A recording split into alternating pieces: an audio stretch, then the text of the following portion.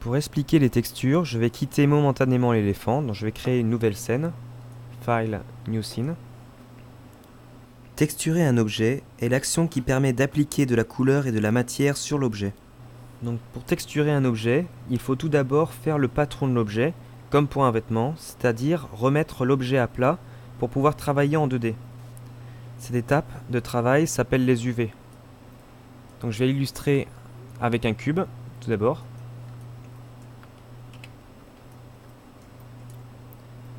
Donc pour le patron d'un cube, on aurait une croix. Donc si je vais dans Windows UV Texture Editor, on retrouve le patron du cube.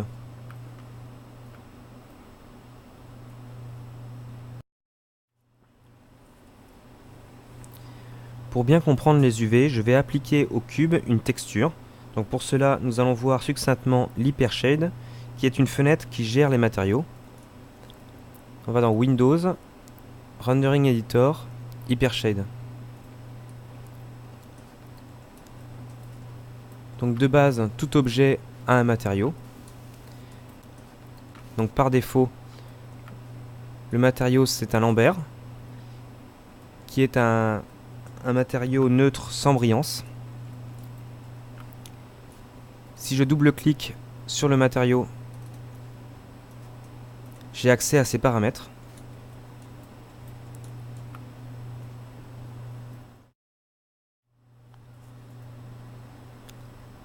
On a ici de nombreux paramètres qui s'appliquent sur l'objet. Est-il gris, noir ou blanc? Transparent ou pas, etc. Je vais maintenant appliquer une texture à l'objet. Donc d'abord créer un nouveau matériau. Donc je clique droit dans la fenêtre ici. Create matériau lambert. Donc je peux modifier ce lambert, par exemple la couleur. Donc on voit que si je clique sur l'objet, son matériau c'est le lambert 1. Pour lui assigner le lambert 2, je vais sur le matériau ici, je clique avec le bouton du milieu de la souris et je glisse sur l'objet.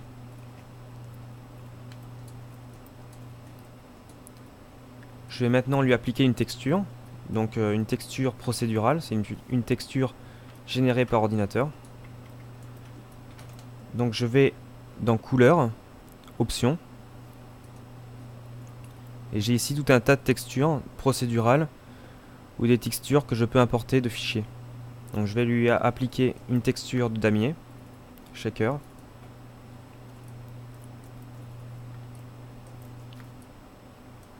Donc on voit que la texture n'est pas apparente dans la vue ici. Donc pour ceci, on appuie sur la touche 6 du clavier.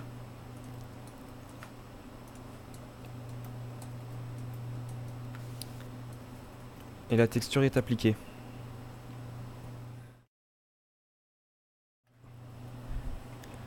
Il faut bien comprendre que le damier est une texture 2D appliquée sur un objet 3D.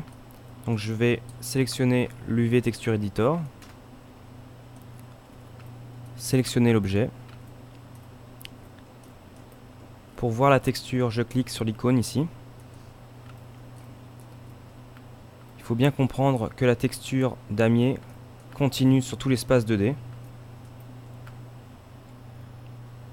Pour sélectionner les UV, je clique droit, UV, je sélectionne. Donc cet UV correspond au vertex ici sur la modélisation 3D. Je peux le bouger de la même façon que dans l'espace 3D. Donc en appuyant sur W, j'ai les outils de translation. Je peux bouger ce point.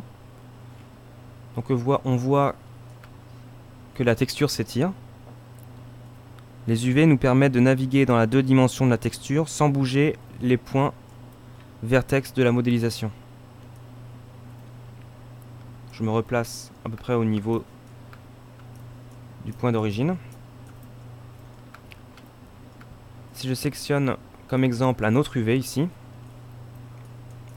on voit qu'il correspond à ce vertex ici. Si je le bouge, une seule face est affectée.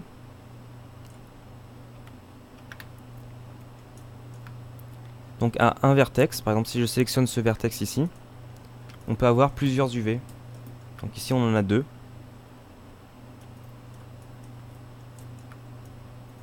Alors si je sélectionne celui-ci, il y a ces deux faces qui correspondent aux deux faces ici, qui vont bouger.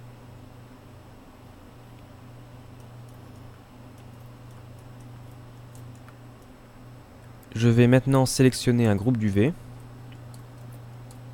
Donc par exemple, les UV de cette face ici, ils correspondent à cette face-là. Si je fais un scale, ici, que je le réduis, donc on voit que les faces s'étirent. Donc d'un côté comme de l'autre, les carrés sont devenus des rectangles. Donc on va voir comment réagit une photo si on l'intègre ici comme texture sur le cube. Donc dans l'hypershade, je double-clique sur le matériau D. Je fais un clic droit sur Color et je fais Break Connection. Car deux textures ne peuvent pas être appliquées sur un même paramètre. Je vais ici sur le petit damier pour aller chercher une texture. Donc par exemple, le guide avec l'éléphant vu de face. Si je clique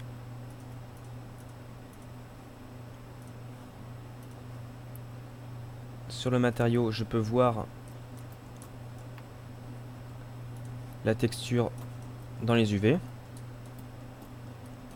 Donc on voit sur le carré que la texture a bien été étirée aussi pour la photo. Donc je peux replacer les UV comme je le souhaite pour que la photo ne soit pas déformée, par exemple.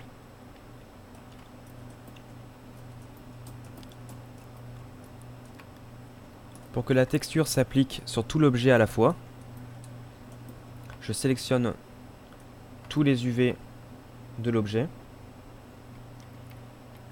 et je viens placer les UV au centre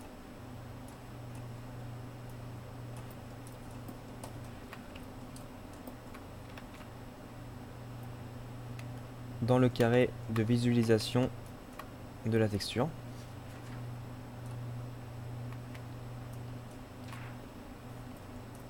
Je peux aussi les tourner comme je le souhaite.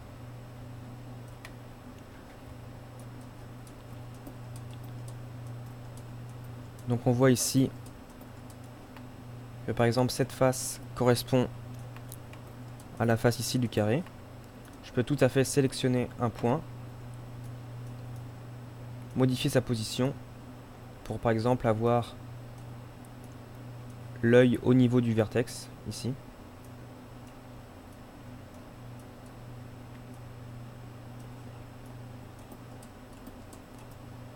Pour déformer ma texture sur l'objet.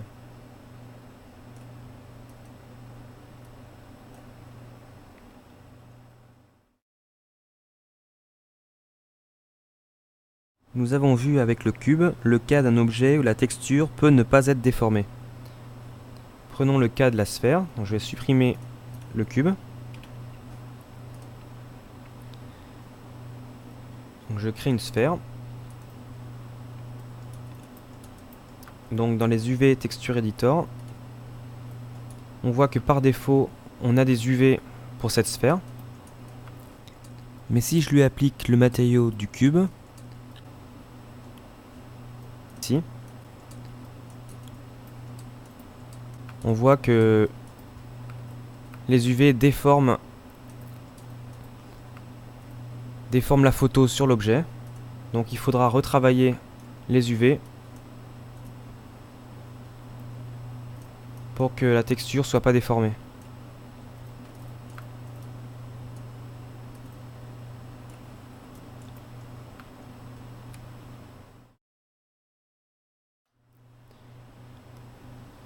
Pour pour déployer les UV, on utilise un système de projection.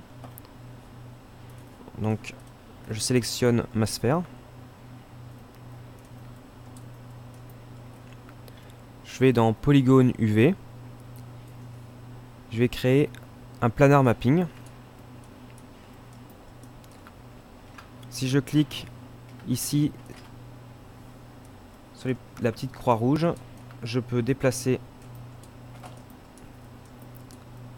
mon outil de projection. Je peux le tourner.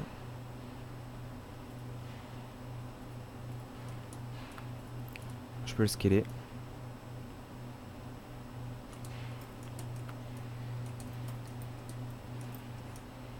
Cet outil fonctionne comme un projecteur de diapo qui irait envoyer une texture sur un objet. Donc l'objet étant rond, la texture n'est pas déformée sur les faces face à la projection planar, mais file sur les côtés.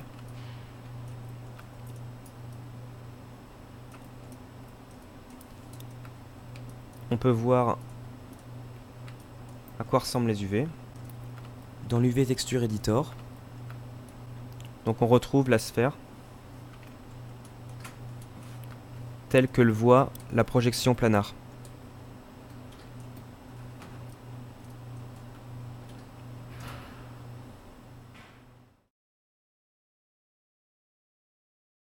J'appuie sur F8 pour repasser en mode objet. Donc on voit que la texture sur l'objet est déformée, surtout sur le haut de la sphère.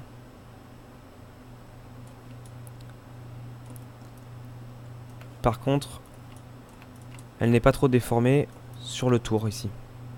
Moins que pour un planar.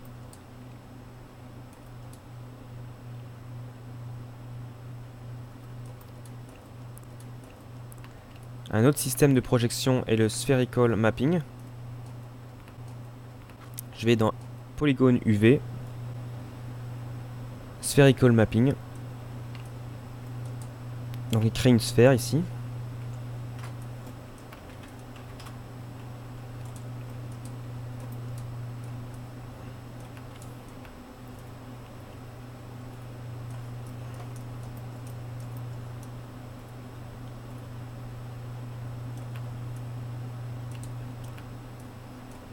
Qui projette l'éléphant.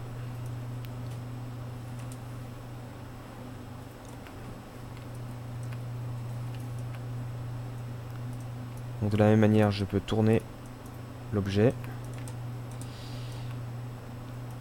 qui lance la projection.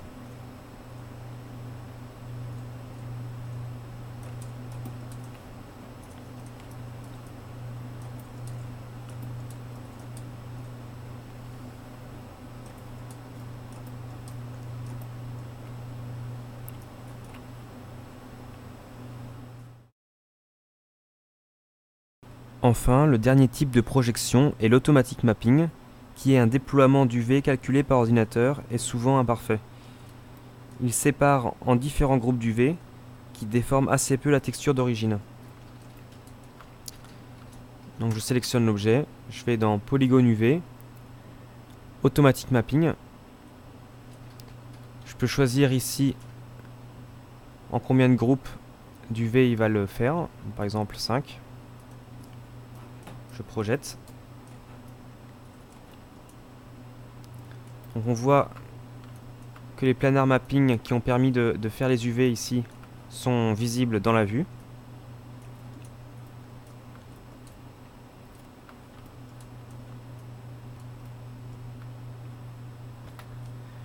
Ce système est assez mal adapté au déploiement d'UV d'une sphère, mais peut s'avérer utile pour dégrossir un travail d'UV compliqué.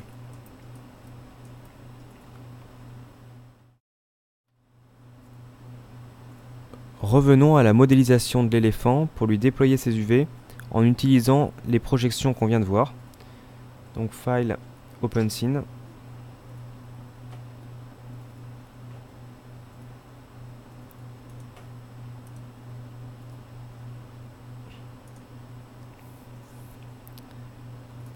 Voilà. À noter que j'ai désymétrisé l'éléphant uniquement en bougeant les vertex pour le rendre plus naturel.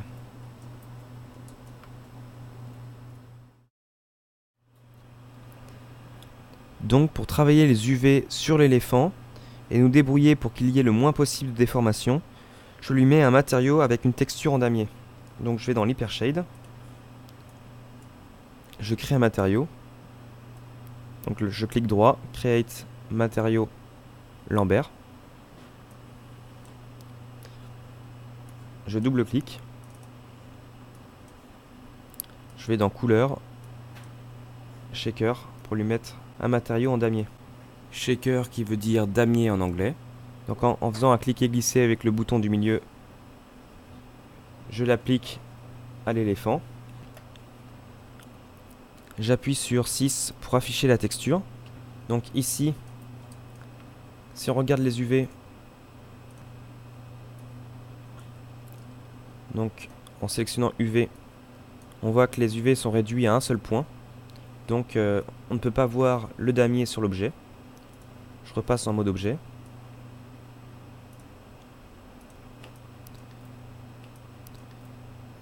Sélectionner les faces de l'oreille pour appliquer un planar sur ces faces-là, mais pas de l'autre côté. Donc pour ceci,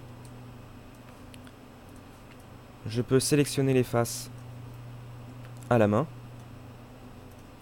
de cette façon, en appuyant sur Shift, ou utiliser l'outil Edit Paint Selection Tool, donc avec les options.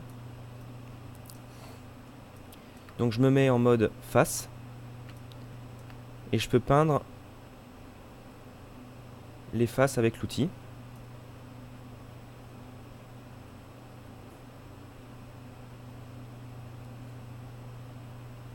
Sans sélectionner les faces de derrière.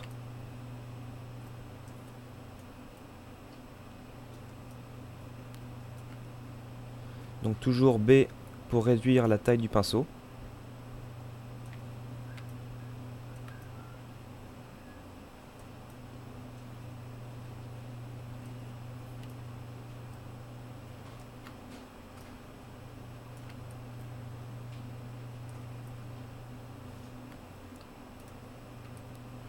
Donc voilà à peu près. Je désélectionne les faces qui ne m'intéressent pas.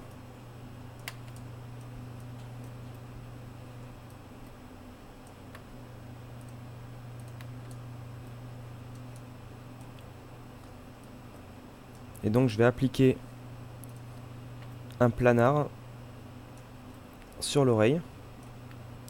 Donc je vais dans Polygone UV, Planar Mapping.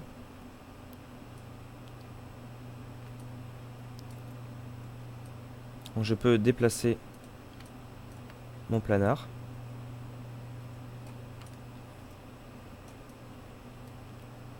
L'ajuster pour avoir des carrés. Donc vue de face.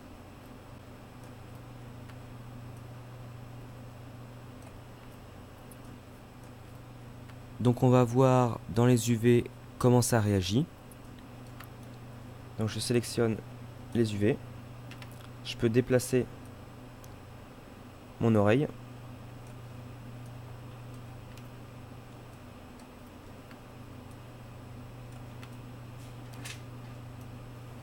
Donc là j'ai déployé les UV bien sur la face avant de l'oreille et pas du tout sur la face arrière.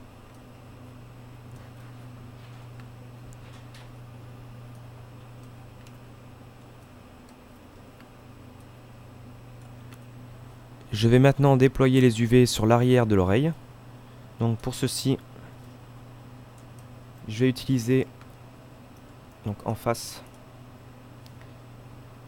J'utilise l'outil lasso ici en sélection. Et donc je vais sélectionner toute l'oreille.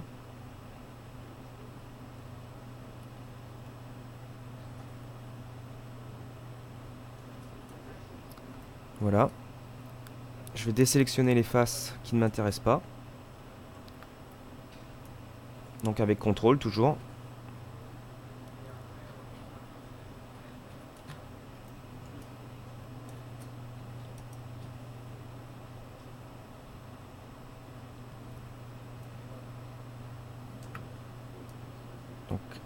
les faces ici.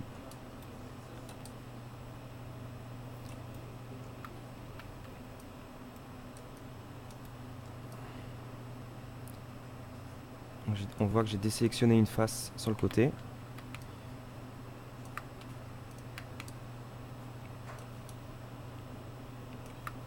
Et oublié quelques faces ici. Donc voilà, là j'ai sélectionné l'oreille en entier. Donc pour avoir uniquement l'oreille intérieure, il suffit que je retourne dans les UV. Je mette en mode face. Et avec CTRL, je désélectionne les UV qu'on a fait sur la face avant de l'oreille. De cette manière, j'ai uniquement la face arrière.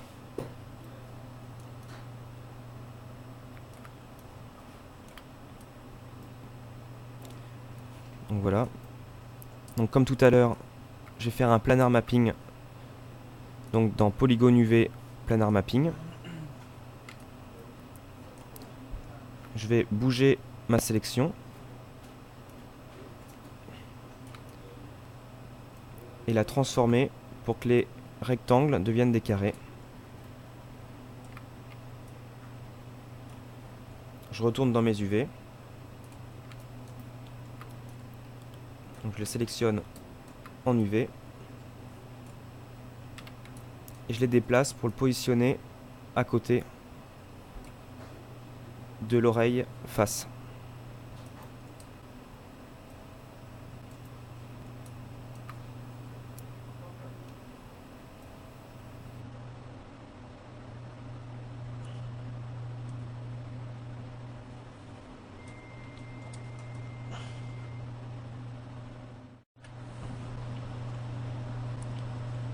Pour illustrer le cylindrical mapping, je vais déployer les UV au niveau de la jambe, donc au niveau d'une partie de la jambe ici. Donc je vais aller dans la vue de côté. Je vais me mettre en mode face. Et je vais utiliser le lasso de sélection ici.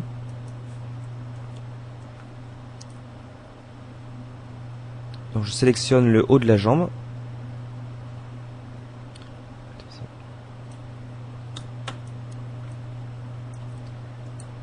Je vais désélectionner les parties qui ne m'intéressent pas. Donc j'avais commencé à travailler les UV sur le côté droit de l'éléphant. Donc je vais désélectionner en appuyant sur CTRL la partie gauche.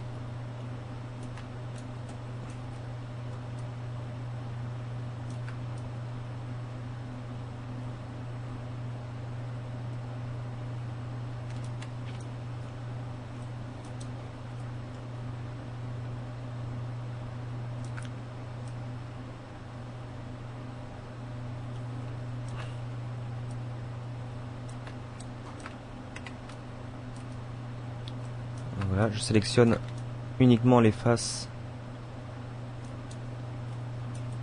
qui me serviront pour la projection en cylindrique. Donc voilà à peu près. Donc je vais dans Polygone UV, Cylindrical Mapping. Donc je l'applique. Pour agrandir ma zone de projection, je clique sur le carré rouge et je peux le faire glisser.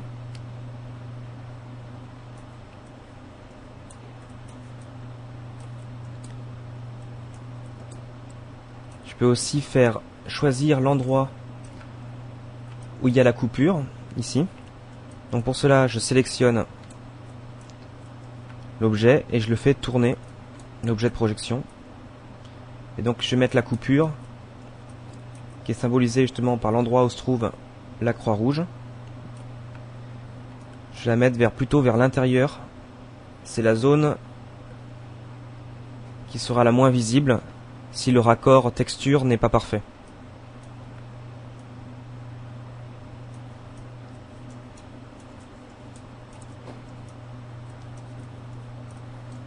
Alors maintenant j'essaye d'ajuster un petit peu pour avoir le plus possible des carrés.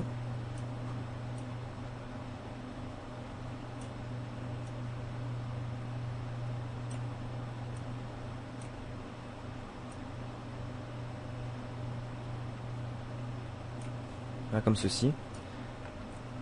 Et comme tout à l'heure, je vais sélectionner les UV dans l'UV Texture Editor. Et je vais le déplacer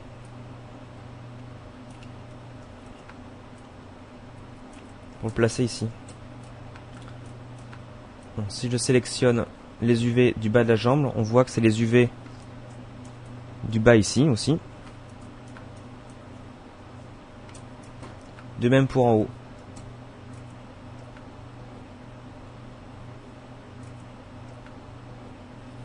Évidemment, je peux ajuster les UV après mon cylindrical mapping pour que la texture soit le moins possible étirée. Donc soit sélectionner dans l'UV Texture Editor ici, et par exemple les bouger, soit les sélectionner directement dans la vue, et revenir dans mon UV Texture Editor pour les bouger.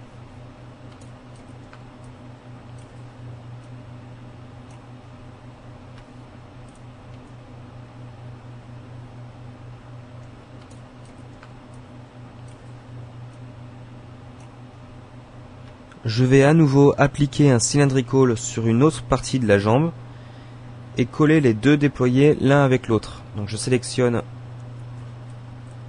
encore une zone qui me semble convenir pour le déployer en cylindrique. Donc je me mets en mode face. Je sélectionne ma zone. F pour recentrer.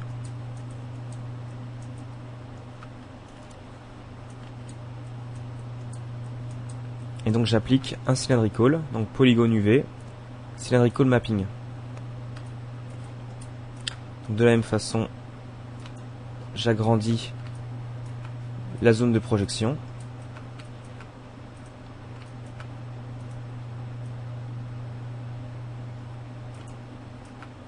Je me débrouille pour avoir des carrés. Donc je retourne dans mon UV Texture Editor ici. Je sélectionne les UV et je vais les placer sous le premier déployé d'UV ici.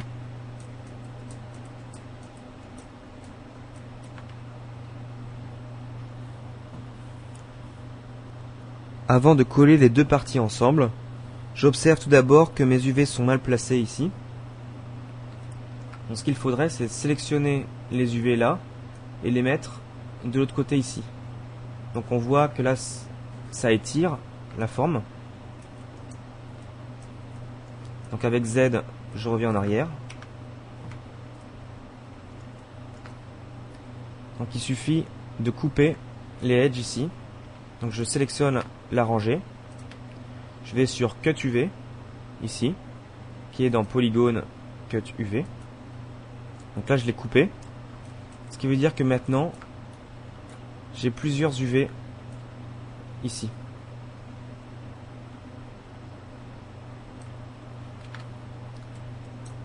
Donc je sélectionne ma face.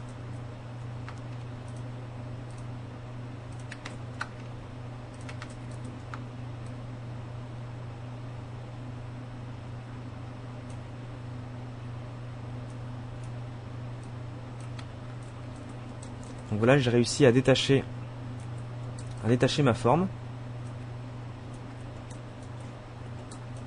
Maintenant, j'ai plusieurs façons pour la recoller à l'endroit précisément.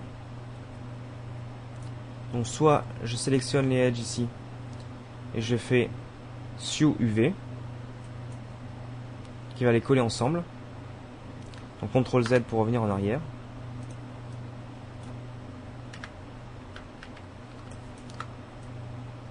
Soit utiliser le Move and Sew qui permet de prendre plusieurs edges. Donc la forme va se déplacer pour se mettre dans les UV ici. Move and Sew.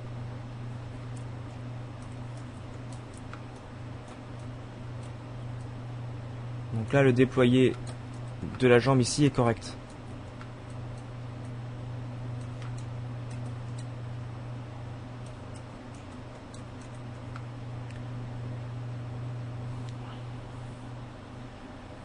pour coller les deux parties d'UV ensemble, je regarde tout d'abord si elles correspondent l'une à l'autre.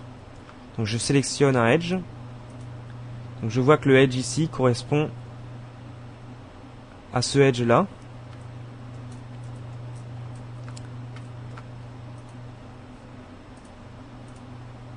Donc je vais, pour les coller l'un à l'autre, déplacer ma forme ici.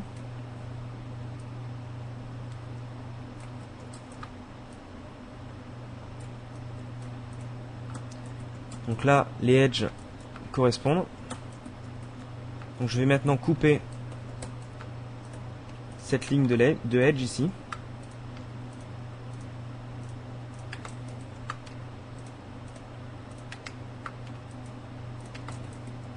Donc cut UV.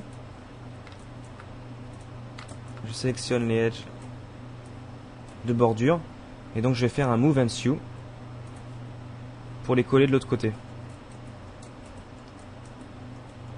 Donc de la même façon, je sélectionne le bord de edge ici. Donc avec CTRL pour avoir uniquement la ligne. Avec un move and sew, je colle les deux parties entre elles.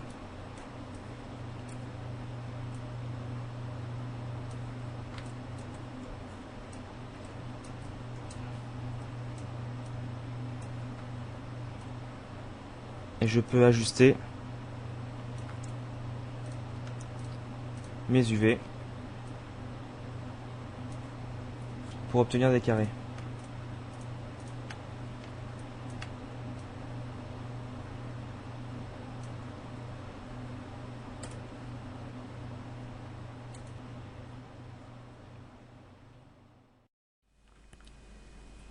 Je vais maintenant déployer les UV du dessus du pied. Donc je vais d'abord sélectionner les faces à déployer. Donc je me mets sur face. Je sélectionne mes faces ici. Donc tout d'abord, je vais enlever les faces du dessous que je déploierai plus tard. Donc je vais utiliser l'outil lasso en sélection. Et donc en appuyant sur la touche CTRL, je vais désélectionner les faces du dessous.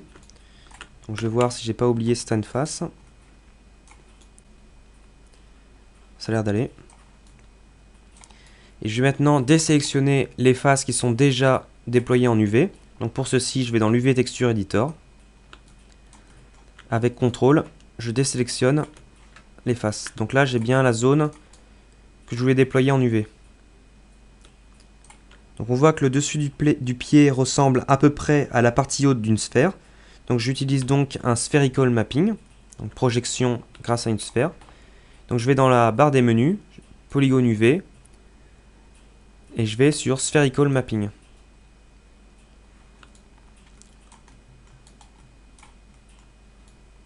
Donc on a vu que c'était un peu le haut d'une sphère, donc je vais placer ma sphère, après l'avoir agrandie, pour mieux voir, je vais placer ma sphère en projection sur le haut du pied et la transformer pour avoir des carrés au niveau du damier. Donc je vais voir dans mon UV Texture Editor à quoi ça ressemble. Donc F pour aller sur la partie sélectionnée.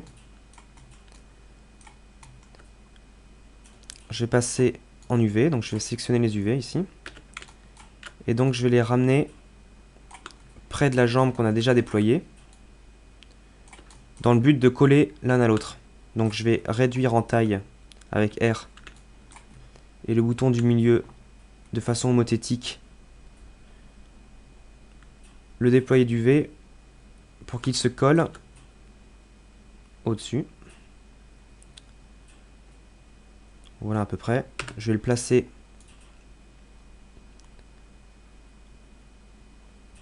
ici. Donc maintenant il va falloir que les edges correspondent les uns aux autres. Donc je vais sélectionner par exemple un edge ici. Donc je vois que ce edge correspond au edge ici. Donc il va falloir que je déplace les UV du pied pour les faire correspondre l'un face à l'autre. Donc je sélectionne les UV. Et je viens placer ma forme au plus près pour bien voir si ça correspond ou pas. Donc je vois que si je sélectionne ici mon edge, le edge qui correspond n'est pas en face.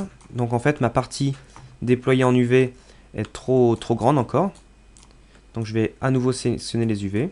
Donc là on voit que les UV se chevauchent, donc c'est pas évident de sélectionner les UV.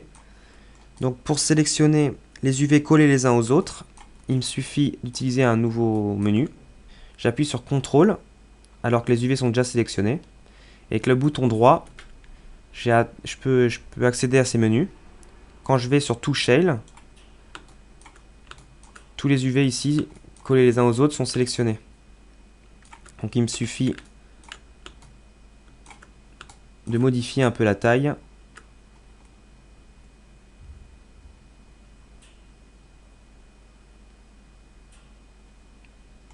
Comme ceci.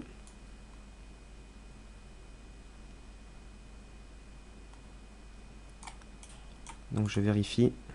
Donc là je l'ai trop réduit.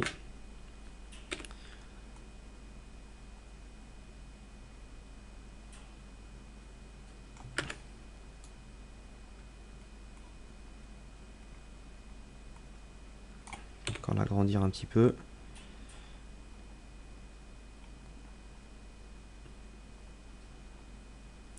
Voilà à peu près. Donc je regarde si mes edges correspondent bien. Donc là c'est le cas. Donc comme tout à l'heure, je vais couper les edges ici pour les coller de l'autre côté. Donc par exemple, là on voit qu'il y a un seul point UV ici derrière.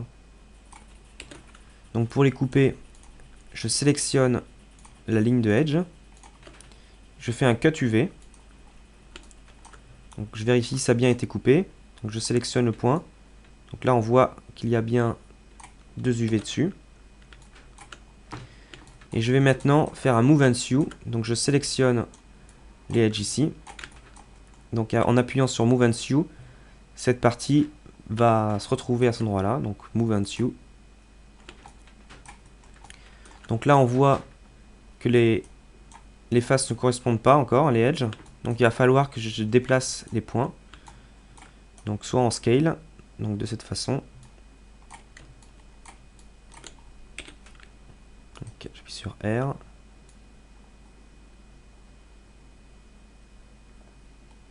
Donc Z. Pour revenir en arrière. Donc là j'agrandis les faces et donc je viens les placer. Je peux aussi les placer à la main avec le Translate. Pour que les faces correspondent bien les unes aux autres.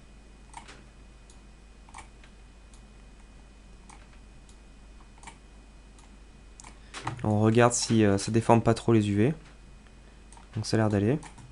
Donc maintenant j'ai plus qu'à coller le déployé d'UV de la jambe, du tibia, sur le déployé du pied. Donc je vais sélectionner les edges en bordure à coller.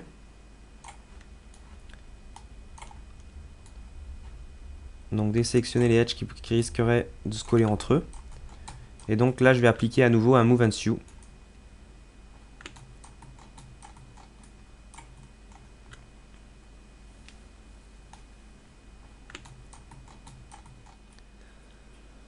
Pour finir de déployer la jambe en projection, il ne me reste plus qu'à faire le dessous du pied. Donc pour ceci, je vais à nouveau sélectionner les faces. Désélectionner les faces sont déjà déployées. Et donc appliquer un planar mapping ici. Donc je rentre dans les options. Donc par défaut, donc Reset Setting, le planar se fait par rapport à l'axe des Z. Donc là, ils doivent se faire par rapport à l'axe des Y. Donc je coche Y. Et je projette le planar ici. On va voir dans les UV en même temps. Donc j'appuie sur F pour recentrer. Donc je me débrouille pour avoir des carrés. Et je vais maintenant déplacer mes UV pour les mettre au niveau de la jambe.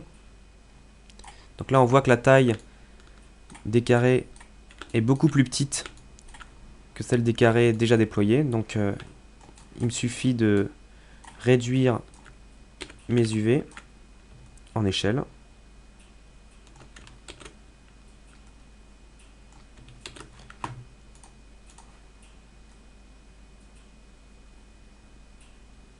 Comme ceci. Et donc de venir le placer proche de la jambe.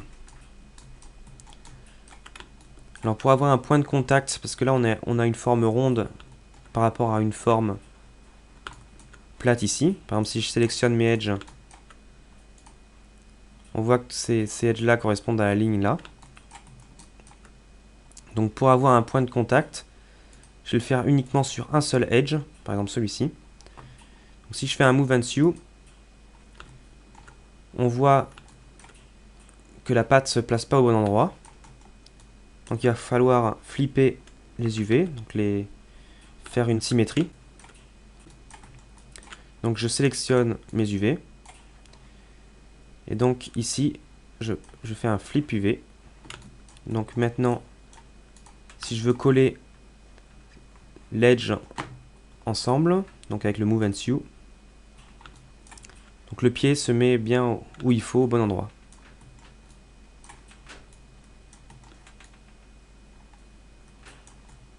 Donc voilà, donc toute la jambe a maintenant été déployée en projection.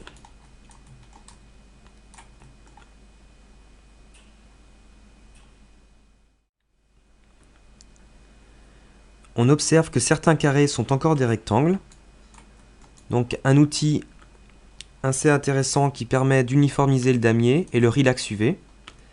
Donc pour l'utiliser, je sélectionne la zone que je veux uniformiser en UV. Je vais dans le menu, Polygone, Relax UV et dans les options. Donc là, je vais changer le paramètre, je vais me mettre par rapport au monde, World Space. Et donc, quand j'appuie sur Apply, on voit que le logiciel se débrouille pour que les carrés soient tous égaux.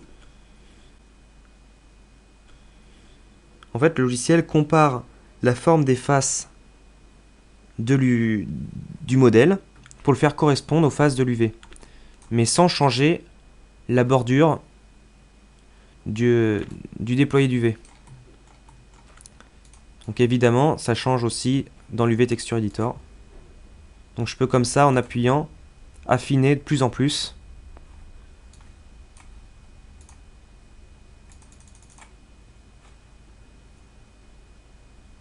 mon modèle.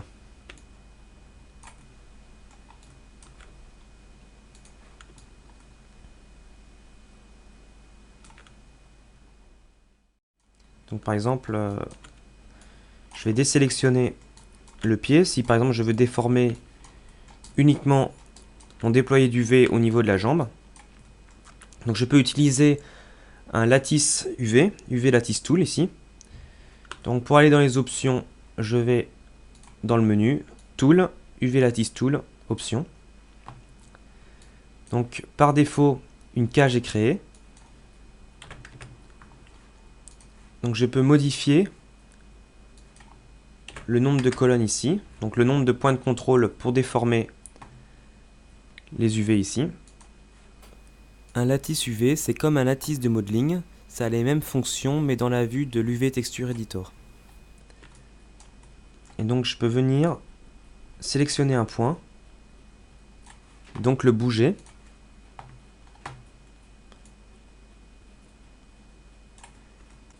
Et comme ça, changer ma forme. Donc il devient assez facile de modifier les UV par exemple pour se débrouiller, pour avoir des carrés ici moins allongés.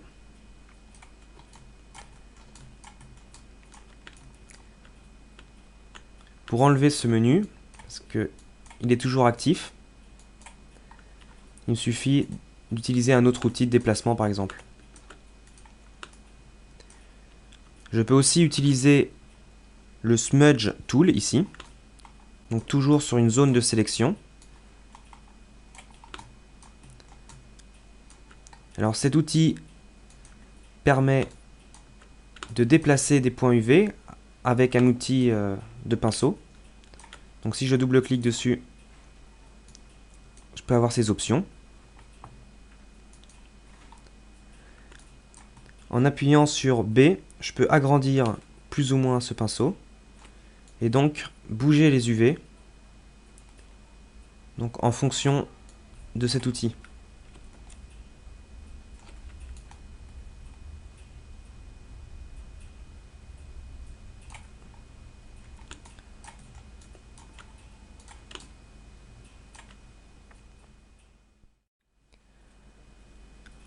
Toutes les actions qu'on a faites pour déployer les UV sont dans l'historique, ici. Donc je vais me mettre en mode objet sur l'éléphant. Donc par exemple, on peut retrouver le planar ou d'autres modes de projection.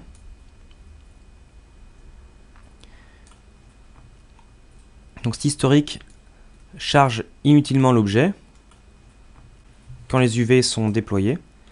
Donc il ne faut pas oublier d'aller dans Edit, Delete by Type, History sur l'objet pour avoir un objet plus léger dans son historique.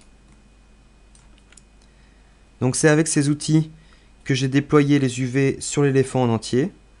Donc en prenant soin de mettre le moins possible de coutures, par exemple aux jointures, et en les plaçant de manière à ce qu'elles soient le moins visibles possible. Donc je vais importer le fichier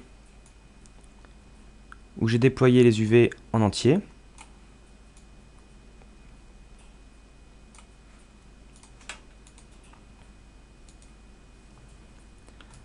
Donc on peut voir tout d'abord que les carrés sont à peu près uniformes sur toute la longueur de l'objet. Si je clique sur l'éléphant, je peux voir ces UV. Donc voilà. Quand les UV sont faits, il est important de placer les UV au sein d'un carré ici. Alors ces carrés, c'est l'endroit où la texture arrive. Alors évidemment, elle se duplique, mais il faut qu'elle ne dépasse pas de la taille de ce carré. Donc, et on peut le voir ici, il est symbolisé au niveau de ce carré-là. Donc je vais moi placer les UV à l'intérieur de ce carré. Donc pour le faire, je sélectionne les UV et je viens les placer en translation et en échelle. Donc à l'intérieur du carré. Donc tout ça en prenant soin que les UV ne dépassent pas. Parce on aura à cet endroit-là la texture qui est ici. Je vais encore le réduire un petit peu.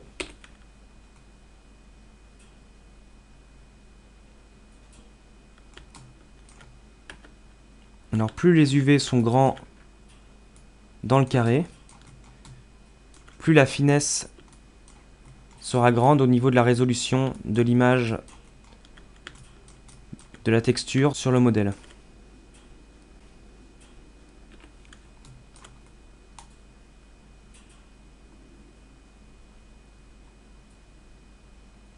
Je me débrouille pour que ça touche presque les bords du carré. Donc voilà, les UV sont ici déployés et positionnés. Donc maintenant, il ne reste plus qu'à exporter ces UV dans un fichier 2D qui pourra être ouvert par exemple par Photoshop ou un autre logiciel de 2D. Donc pour l'exporter, il faut que l'objet soit en mode objet. Et je vais dans Polygone, UV Snapshot. Donc par défaut, la taille du document sera de 256 pixels sur 256 pixels. Donc on peut tout à fait monter cette valeur, par exemple à 2048. Donc comme on a un carré, il reste en format carré. Et par défaut, Maya le met dans le projet, donc éléphant, et dans le dossier image, OutUV.